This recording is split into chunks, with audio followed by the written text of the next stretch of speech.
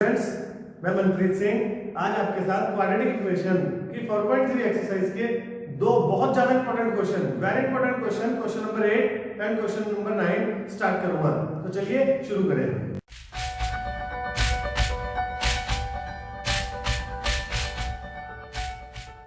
Friends, question number 8 अपने साथ आप बुक को साफ करना और मैं क्वेश्चन को समझाऊंगा। एक बार आप भी क्वेश्चन को रीड करना पॉज करके। तो students, question number 8 very important question है स्टूडेंट्स। आपसे कह रहा है इसमें अ train travels 360 kilometre at a uniform speed.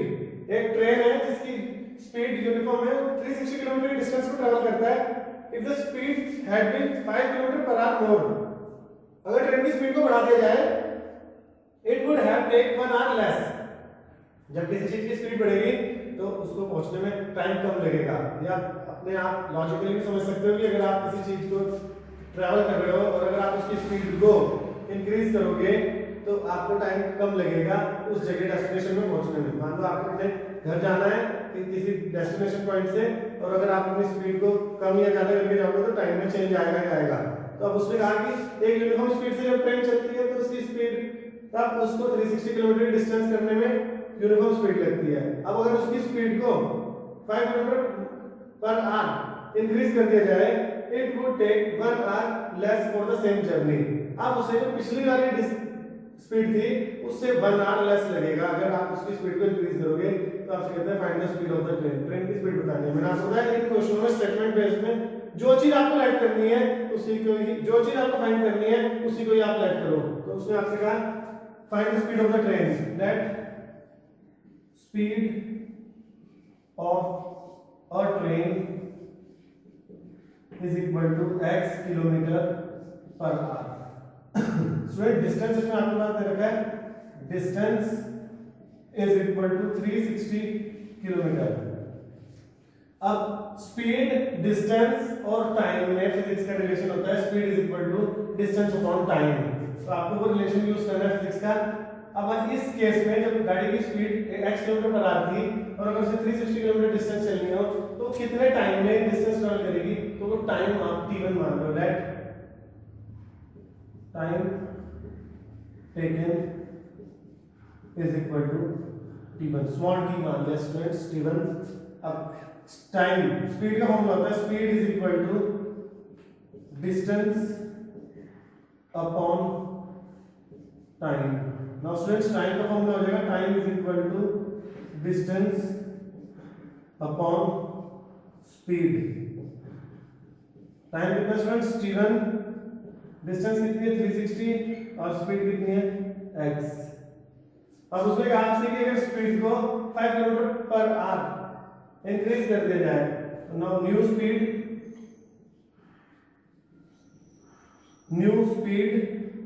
Is equal to आ जाएगी x plus 5 kilometre per hour. Distance में कोई चेंज नहीं आया, डिस्टेंस उसको अभी 360 किलोमीटर चलना है। और टाइम इस केस में जब आप स्पीड बढ़ाओगे तो टाइम जो पिछला टाइम है वो थोड़ा रहेगा, वो चेंज हो जाएगा। हमने टाइम मान लिया, टाइम जो है वो कितना हो गया t2। नाउ टाइम का formula time is equal to distance upon speed. तो टाइम का फॉर्मूला है time is equal to distance 360 upon speed आपके पास है x प्लस 5। अब ये टाइम कब है, जब स्पीड x किलोमीटर पर आ रहा है। ये टाइम कब है, जब उसकी स्पीड x में 5 इंक्रीज कर दिया। तो आपको कह रहा है कि वो जब उसकी स्पीड बढ़ाते हैं तो उसको 1 आवर लेस लगता है पिछले वाले टाइम से। इस वाले टाइम को, जो ये वाला टाइम है, इसको इस टाइम से 1 आवर लेस लगता है। बस इसी बात को आपको समझना है। अकॉर्डिंग टू क्वेश्चन जो t2 है टाइम, उसको पिछले टाइम t1 से 1 आवर लेस लगता है। अगर पिछले टाइम में 4 घंटे लगे इतने डिस्टेंस ट्रेवल करने में तो इसको सेकंड टाइम में इसको कितने लगेंगे, 3 घंटे। कैसे है 4 माइनस 1, तो पिछला टाइम t1 और माइनस 1, क्योंकि स्पीड बढ़ेगी तो टाइम कम हो जाएगा। अब वो टाइम कितना कम होगा, 1 आवर लेस। अब t2 की वैल्यू है 360 upon x plus 5 is equal to 360 upon x minus 1। Now students, आप इसको इधर ले आओ और इसको उधर भेज दो। तो ये 1 is equal to 360 upon x minus 360 upon x plus 5।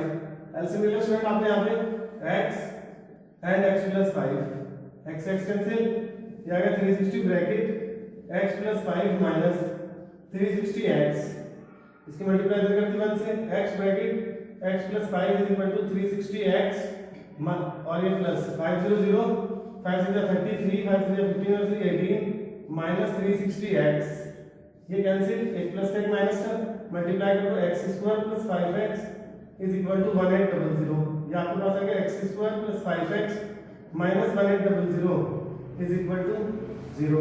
अब स्टूडेंट आप यहाँ पे क्वाड्रेटिक इक्वेशन से भी सॉल्व कर सकते हो और आप इस क्वेश्चन को क्वाड्रेटिक फॉर्मूला से भी सॉल्व कर सकते हो। आप इस वाले जो क्वाड्रेटिक इक्वेशन को है, आप इस क्वाड्रेटिक इक्वेशन को क्वाड्रेटिक फॉर्मूला से भी सॉल्व कर सकते हो और फैक्टराइजेशन से भी सॉल्व कर सकते हो, जो आपको यहाँ पे बेस्ट लगे वो लगा सकते हो। मेरे टाइम आपको ये करना है कि आपको यहाँ पे क्वाड्रेटिक फॉर्मूला अप्लाई कर दो, उससे फैक्टर जल्दी हो जाएंगे, और जो फैक्टराइजेशन होगा उसमें आपको सोचना पड़ सकता है कई बार, उसमें आपको कोई सोच नहीं करना, डायरेक्ट आंसर आएगा, बस जो आपको क्वाड्रेटिक फॉर्मूला पता होना चाहिए। तो ये आपके पास आ गया a is equal to 1, b is equal to 5, c is equal to minus 1800। अब आप यहाँ पे d निकाल लो, d is equal to b square minus 4ac, student d आ गया माइनस 5 का स्क्वायर माइनस 4 इंटू माइनस के 1800, ये हो गया स्टूडेंट 25 माइनस 18 4 जा 50, ये 00 18 4 जा 8 4 जा 32 3 72 और ये प्लस का हो गया, तो स्टूडेंट ये आ गया डी आपके पास 7225, ये आपके पास डी आ गया। अब आपको x निकालना है, x is equal to students minus b plus minus under root b upon 2a। Student यहाँ से x की वैल्यू निकाल लो, माइनस b आपके पास कितना student 5 plus minus under root 7225 upon 2a 2 into 1, ये अगर student x equal to -5 plus minus, ये जो नंबर है आप चेक कर लेना 85 का स्क्वायर आएगा, तो 85 यहाँ से बाहर आ गया अपॉन 2a, ये अगर student x equal to -5 plus 85 upon 2 comma x equal to -5 minus 85 upon 2, ये स्टूडेंट आपके पास आ गया 80 अपॉन 2, ये आ गया x इक्वल टू 40, और यहाँ पे स्टूडेंट आपके पास x is equal to -90 upon 2,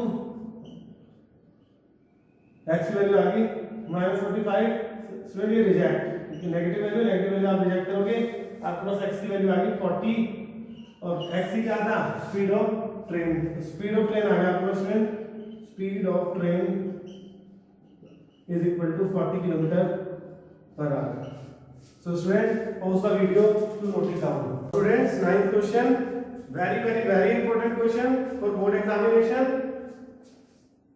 Ninth question में आपसे कह रहा है student, two water tap together can fill a tank in 9 or 3/8 hours.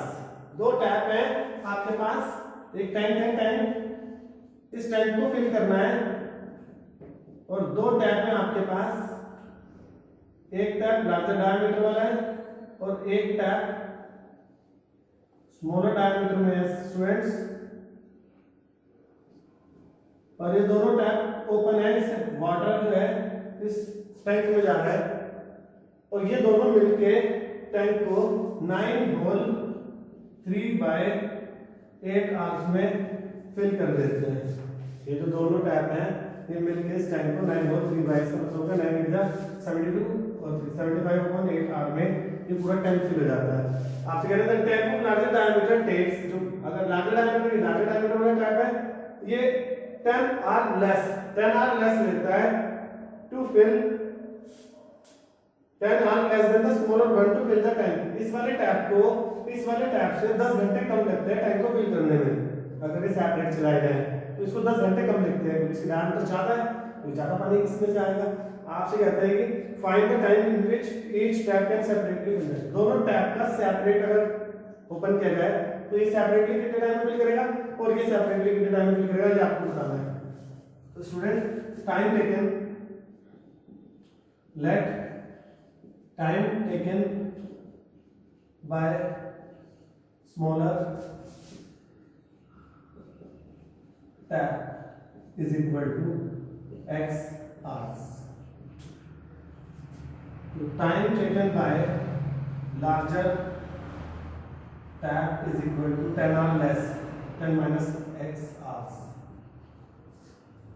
अब आपको टोटल टाइम दे रखा है कि टोटल टाइम में ये जो टैप है इतने टाइम में फिल होता है टोटल टाइम जो है, और आपके पास इसका सेपरेट टाइम उसका सेपरेट टाइम आपने लेट कर लिया। अब आप क्या करो, इसके सेपरेट टाइम से 1 आवर में कितना पोर्शन फिल हो रहा है और इसके सेपरेट टाइम से 1 आवर में कितना पोर्शन फिल हो रहा है, ये आप अलग अलग फाइंड कर दो। आप इसको लिख दो, पोर्शन या part fill by smaller tap in 1 hour is equal to, इसका रेसिप्रोकल कर दो सर, टैप आपका 1/x। ऐसे ही part fill by larger tap in 1 hour is equal to, इसका रेसिप्रोकल कर दो। अब ये पार्ट जो है स्मॉलर टैप 1 आवर में फिल करेगा और ये जो पार्ट है लार्जर टैप 1 आवर में फिल करेगा, वो इतना है। ये पार्ट है, पार्ट, ये दोनों पार्ट आ गए आपके पास। अब आप क्या करोगे स्टूडेंट, इसने कहा कि जो टोटल टैंक है, जो ये टैंक है, ये इन दोनों से अगर ये दोनों साथ चले तो 75/8 आवर में ये टैंक फिल हो जाता है। अब आपको क्या करना है, 1 आवर में ये टैप में से कितना पानी इस टैंक में आएगा वो निकालना है। तो आप इसको लिख दो, time taken by 2 taps to fill the tank is equal to, students ये आपके पास आ जाएगा 75/8 hours। अब time taken bye 2 taps to fill the tank 75/8 hours। Portion part निकाल लो इसमें भी, जैसे हम सिंगल पार्ट इसके लिए निकाला, इसके लिए ऐसे इसके लिए भी निकालो, part of tank fill by 2 taps in 1 hour। 1 hour में कितना पार्ट फिल होगा इन दोनों से वो आपके पास आ जाएगा। इसका रेसिप्रोकल, जैसे यहाँ इसका रेसिप्रोकल किया आपने, यहाँ इसका रेसिप्रोकल, ऐसे इसका रेसिप्रोकल 8/75। 1 hour में अगर सिंगल स्मॉलर टैप चलेगा तो वो इतना पार्ट फिल करेगा, अगर लार्जर टैप चलेगा तो वो इतना, और 1 hour में अगर दोनों चलेंगे तो ये 8/75 पार्ट फिल करेंगे। तो अकॉर्डिंग टू क्वेश्चन 1 आवर का पार्ट, इसका 1/x, इसका 1/x प्लस x माइनस 10, इनका सम, इन दोनों को सम किया जाए तो वो टोटल पार्ट के इक्वल आएगा 1 आवर का जो पार्ट है। स्टूडेंट ये समझो कि 1 आवर में स्मॉलर टैप का पार्ट, 1 आवर में लार्जर टैप का पार्ट, अगर आप इन दोनों को कंबाइन कर दो, इन दोनों को कंबाइन कर दो, ऐड कर दो, तो जो पार्ट फिल होगा दोनों टैप से वो इतना ही तो होगा, क्योंकि ये भी 1 आवर का है। बस यही लाइन समझने वाली है। फिर से रिपीट कर रहा हूँ, ये 1 आवर का पार्ट स्मॉलर टैप का है, ये 1 आवर का पार्ट लार्जर टैप का है, और ये 1 आवर का पार्ट जो दोनों मिलके करते हैं। तो ये आपके पास आ गया 1/x plus 1/x minus 10 is equal to 8/75। अब ये फिर से वही क्वाड्रेटिक इक्वेशन बनाओ, इसको आगे सॉल्व करो स्टूडेंट्स। इसमें आपने एलसीएम ले लिया, x माइनस 10, ये x कैंसिल, x माइनस 10 के ऊपर मल्टीप्लाई होगी और plus x is equal to 8/75। यानी student 2x minus 10 upon x square minus 10x is equal to 8/75। यहाँ से स्टूडेंट आप 2 कॉमन ले लो, आ गया x minus 5 upon x square minus 10x is equal to 8/75। ये 2 से कैंसिल कर दिया, 2 4 जा 8, cross multiplication 75 bracket x minus 5 is equal to 4 bracket x square minus 10x, ये आ गया 75x माइनस 5 5 25 2 35 और 2 37 is equal to 4x square minus 40x। ये स्टूडेंट आपके पास इन दोनों को भेज दो, 4x स्क्वायर माइनस 40x और minus 75x plus 375 is equal to 0। Now student 4x square ये आपके पास आ गया 115 x 75 एंड 40 110 115 plus 375 is equal to 0। Now student आप इस पे क्वाड्रेटिक फॉर्मूला लगा के x की 2 वैल्यू निकाल सकते हो। x की 2 वैल्यू निकालने के बाद जो आपके पास वैल्यू आएगी, एक अगर फ्रैक्शन में आए या दोनों पॉजिटिव आए या एक नेगेटिव आए तो नेगेटिव रिजेक्ट, और जो पॉजिटिव होगी उसको आपको यहाँ रखना है। अगर आपकी दोनों वैल्यू पॉजिटिव आ रही है, दोनों ही वैल्यू पॉजिटिव आ रही है, तो आप क्या करोगे, फिर आप चेक करोगे कि कौन सा नंबर 10 से बड़ा है। मान लो दो नंबर आए, दोनों पॉजिटिव है, एक 5 आया एक 15 आया। अगर आप यहाँ से x की दो वैल्यू निकालते हो, एक 5 और एक 15, तो आप 5 तो रख नहीं सकते क्योंकि 5 रखोगे तो 5 माइनस 5 माइनस का 5 टाइम माइनस में थोड़ा होगा। तो यहाँ से आपको दो वैल्यू निकालनी है by the help of quadratic formula. वो जो दो वैल्यू आएंगी उन दो वैल्यू में से जो बड़ी वैल्यू होगी 10 से, या फिर जो पॉजिटिव होगी या फिर जो फ्रैक्शन में नहीं होगी, एक पॉजिटिव आई एक फ्रैक्शन में, तो पॉजिटिव वाली वैल्यू को यहाँ रख के आपको ये स्मॉलर टाइप का टाइम और लार्जर टाइप का टाइम फाइंड करना है। सो स्टूडेंट इसको आप प्रूव करोगे, ये DYS do yourself. So student pause the video to note it down. Thanks for watching this video. Students अगर आपको इस वीडियो से कुछ भी समझ आया हो, कुछ भी अच्छा लगा हो, तो आप इसको अपने फ्रेंड्स में ज्यादा से ज्यादा शेयर करें। लाइक और सब्सक्राइब करना ना भूलें। Keep watching MSG classes.